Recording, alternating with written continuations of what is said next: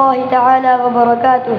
हमारे चैनल को सब्सक्राइब करें और नई अपडेट्स के लिए घंटी के बटन को जरूर दबाएं। الذي أنزل أفضل الكتاب على أفضل العرب والعجم وجعل لسانه عربيا مبينا، والصلاة والسلام على سيد الأنبياء والمرسلين وعلى آله وصحبه ومن تبعهم بإحسان إلى يوم الدين. أما بعد، فأعوذ بالله من الشيطان الرجيم. بسم الله الرحمن الرحيم. قال سبحانه وتعالى: إنا أنزلناه قرآنا عربيا لعلكم تعقلون.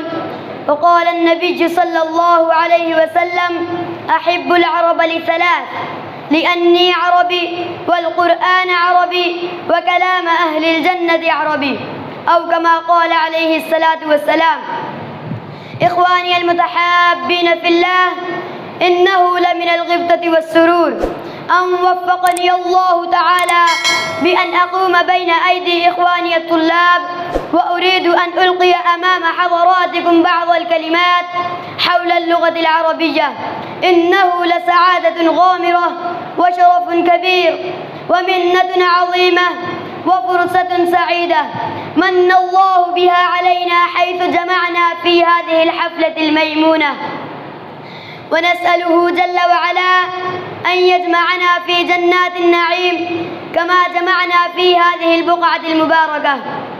أحبتي في الله، لا شك أن اللغة العربية لها دور ومكانة في نشر العلوم الإسلامية في أرجاء العالم، ولو لم تكن اللغة العربية لما فهمت الأمة القرآن والأحاديث ولما توحدت على كلمة واحدة، ففرض على الأمة تعليمها وتعلمها.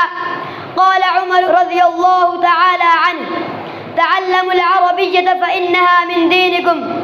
وقال ابن تيمية رحمه الله: العربية من الدين وتعليمها واجب.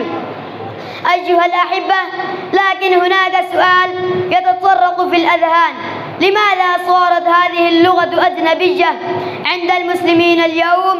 حتى العلماء على الرغم هم يدرسون ويدرسون كتب العربية، ولكن قل من تجد يتكلم باللغة العربية ويعتز بها. أين حبنا بالنبي صلى الله عليه وسلم ولغته؟ هل تحدثنا بلغته؟ هل علمنا أولادنا؟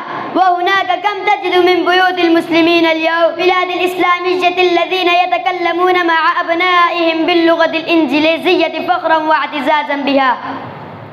تعالوا معي أخبركم عن مخططات الغرب فإنه تجاه اللغة العربية. ولما حاول أعداء الإسلام أن يحرفوا كلام الله ما استطاعوا، لأنه سبحانه وتعالى تعهد بحفظه حيث قال: إنا نحن نزلنا الذكر وإنا له لحافظون. عملوا سلاحا آخر بعد فشلهم، ألا وهو إبعاد المسلمين عن اللغة القرآن واللغة الفصحى.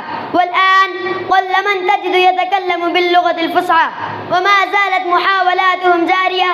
وصدق الله إذ قال: لا يزالون يقاتلونكم حتى يردوكم عن دينكم إن استطاعوا. وأخيرا أرجو من جميع الإخوة أن يتعلموا العربية ويعلموها الناس ويعلموا أبناءهم ونساءهم أن يتحدثوا مع أبنائهم باللغة العربية. دعوانا أن الحمد لله رب العالمين، والسلام عليكم ورحمة الله.